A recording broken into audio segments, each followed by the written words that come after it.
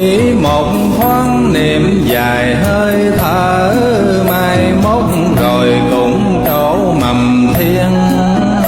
Dạ rồi ở kiếp vô biên, liên hoa cũng rước người lên Phật đài.